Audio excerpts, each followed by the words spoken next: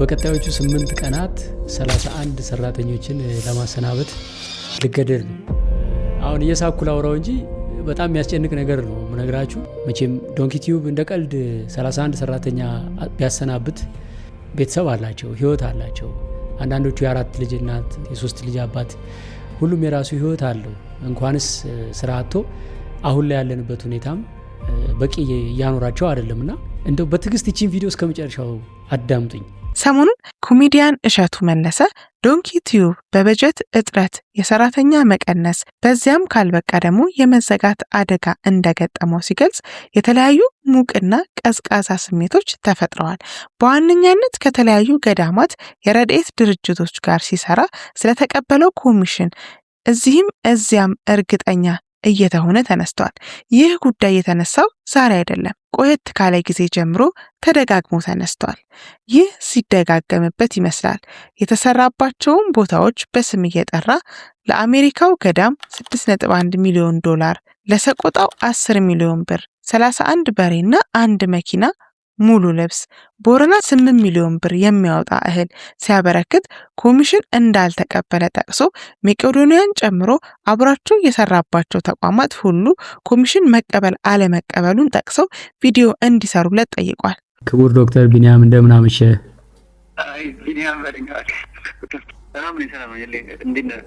ስለደወልክ በጣም ደስ ብሎኛል። እሺ ቢኒ፣ ሐሳብን ለመስማት ዝግጁ ነኝ። ላይቭ ነው ያለነው። ድምጽህም ኦሬዲ ላይቭ ስለሆነ እየሰሙ ነው ኢትዮጵያውያን።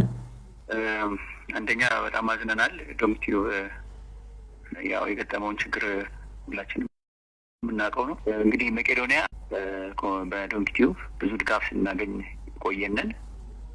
ብዙ ሰው የሚያውቀው ባለፈው የነበረው በበርና መስኮት፣ አሁን ለምሳሌ ዛሬ 3 ዓመት እንግዲህ ታስታውሳላችሁ።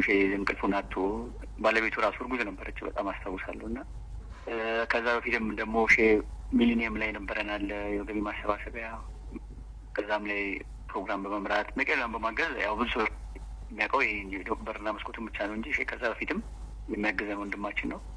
እና ይህን ሁሉ ገዛ የሚያደርግልን እንግዲህ ሰዎች ጥያቄ ስለሚያነሱ ነው እንጂ ጉዳይ የሚወራም ነገር አልነበረም። ክፍያ እንጃ እንዴት እንደሰው በፈጽሞ የማይታሰብ ነገር ነው። የሚሰራው በነፃ ነው። ለኛም ለሌሎች ግለሰቦች፣ የሃይማኖት ተቋማት በነፃ ነው። ምንም ይሄ ጥያቄ ውስጥ የሚገባም አይደለም።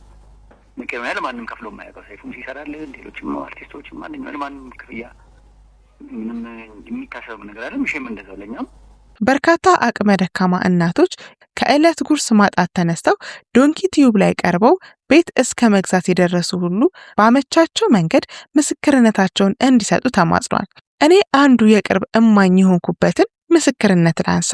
የሰው ለሰው እና የዘመን ተከታታይ ቴሌቪዥን ድራማዎች ደራሲና ጸሐፌ ተውኔት መስፍን ጌታቸው ኮቪድ-19 ሲነጥቀን እናቱ ወይዘሮ ሎሚናት ወልደ መስቀል የሚገቡበት ቤት የሚበሉት የሚጠጡት አልነበራቸውም። ሌቱ ብቻ ሳይሆን ቀኑም ነበር የጨለመባቸው። መስፍኔ መከታ ልጃቸው ነበር። እግዚአብሔር አልፈቀደም። ሎሚናት በአንዲት ቅጽበት ነበር በጥቂት በጎ አድራጊዎች እጅ ላይ የወደቁት። በአለማወያ የሆናቸው ዘንድ ጥቂት ላግዛቸው ቤታቸው ለመጀመሪያ ጊዜ ሄጄ በዚያው ሌሎች እንዲያግዟቸው ፌስቡክ ገጽ ላይ ለጠፍኩኝ። ብዙዎች የቻሉትን አገዟቸው። ተስፋቸው አንሰራራ።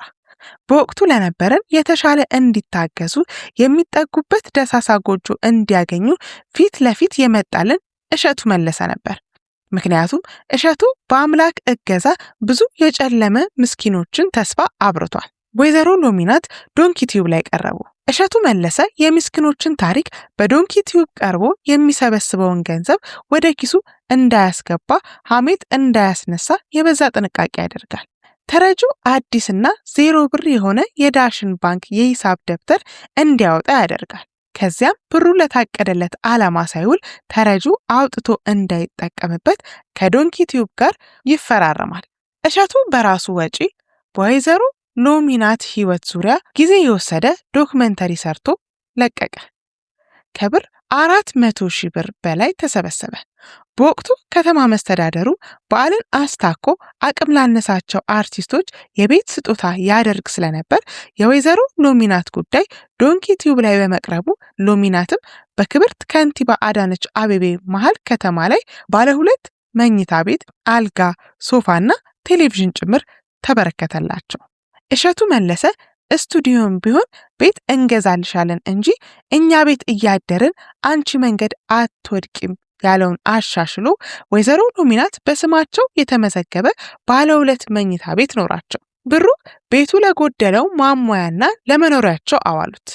ለ16 ዓመት ገደባ 3 በ4 በሆነች ቤት ይኖሩ የነበሩት ሎሚናት በአንዴ የባለ 2 መኝታ ቤትና የፌስቡክና የእሸቱ የዩቲዩብ ገቢ አንድ ላይ ተደምሮ ወደ 600,000 ያላነሰ ብር ሆነላቸው።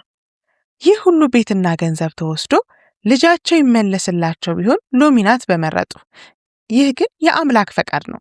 ሎሚናት ልጃቸውን ባያገኙም እንኳን ሜዳ ከመውደቅ ዳኑ። ለዚህም የአንበሳው ድርሻ የኮሜዲያን እሸቱ ነው።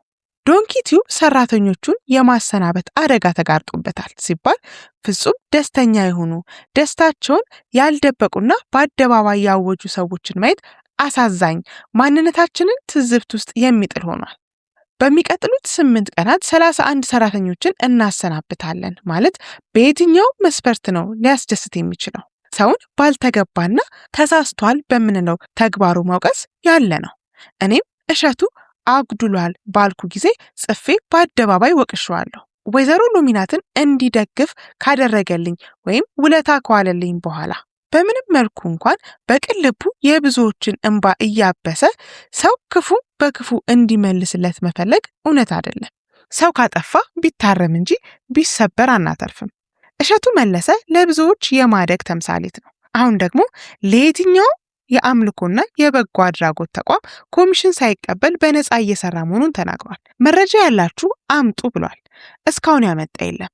በነገራችን ላይ ኮሚሽን ሲቀበል እንደ ዓለማዊ፣ ነጠላ ሲለብስ ደግሞ እንደ ሃይማኖታዊ ይሁን እንጂ እንደምናያቸው እንደ አንዳንዶች አምላክ አጎቴ ነው አይበልብኝ እንጂ ኮሚሽን ተቀብሎ የሰራውን መስራት ነውርነት የለውም።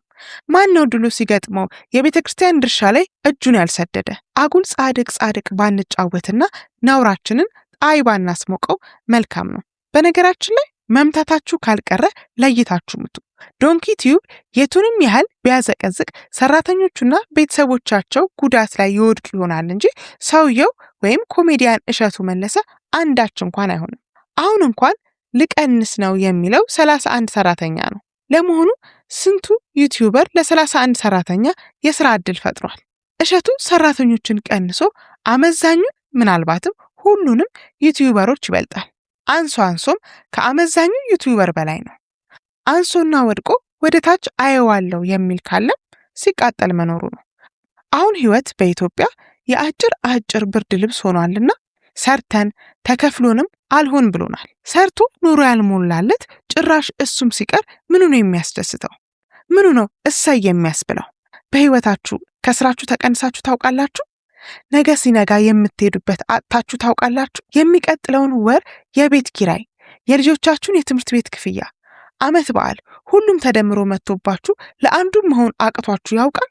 ጉዳዩ የእሸቱ ሰራተኞች ነው። የማታውቁት አንድ ወገናችሁ መጎዳት ምኑ ያስደስታል? በዚህ አጋጣሚ የተረዳሁት እሸቱ መለሰ የሚባል ትልቅ ተቋም መኖሩን ነው። እሱ ነው ሊፈርስ የሆነው። እሸቱን ቃላት እያጠራችሁ ስትገልጹ የነበራችሁት በተለይ የኢትዮጵያ ኦርቶዶክስ ጳጳሳት፣ መነኮሳት፣ ካህናት ውጡና መስክሩ። ዝም ማለት ያለ ማስረጃ የቀረበበትን ክስ መደገፍ ነው። ስለ እውነት ስትሰብኩ እንደኖራችሁ ኑና ስለ እውነት መስክሩ። ኢትዮጵያውያን አንድ እሸቱ መለሰ የተባለ ትልቅ ተቋም እንዳይፈርስ ተባበሩ በማለት ቴዎድሮስ ተክለአረጋይ ስለ እሸቱ አሁን ስለተፈጠረው ሁኔታ የተሰማውን እንዲሁም ደግሞ በተፈጠረው ሁኔታ አንዳንድ ሰዎች የሰጡት ሐሳብ ልክ አለመሆኑንም በመንቀፍ ያለውን ሐሳብ አጋርቷል። እናንተም እንግዲህ ውድ የቻናላችን ተከታታዮች በዚህ ጉዳይ ላይ የተሰማችሁን ሐሳብ፣ አስተያየት እንድትሰጡን እንጠይቃለን። እኛም እንግዲህ ነገሮች ተስተካክሎለት እሸቱ አሁን ካለበት ኪሳራ እንዲወጣ እየተመኘን ከዚህ ጋር ተያይዞ ሌሎች የምናገኛቸው መረጃዎች ካሉ ወደ እናንተ ለማድረስ ቃል እየገባን ለዛሬ የያዝነውን በዚሁ አገባደድን። መልካም ጊዜ፣ ቸር ያሰማን።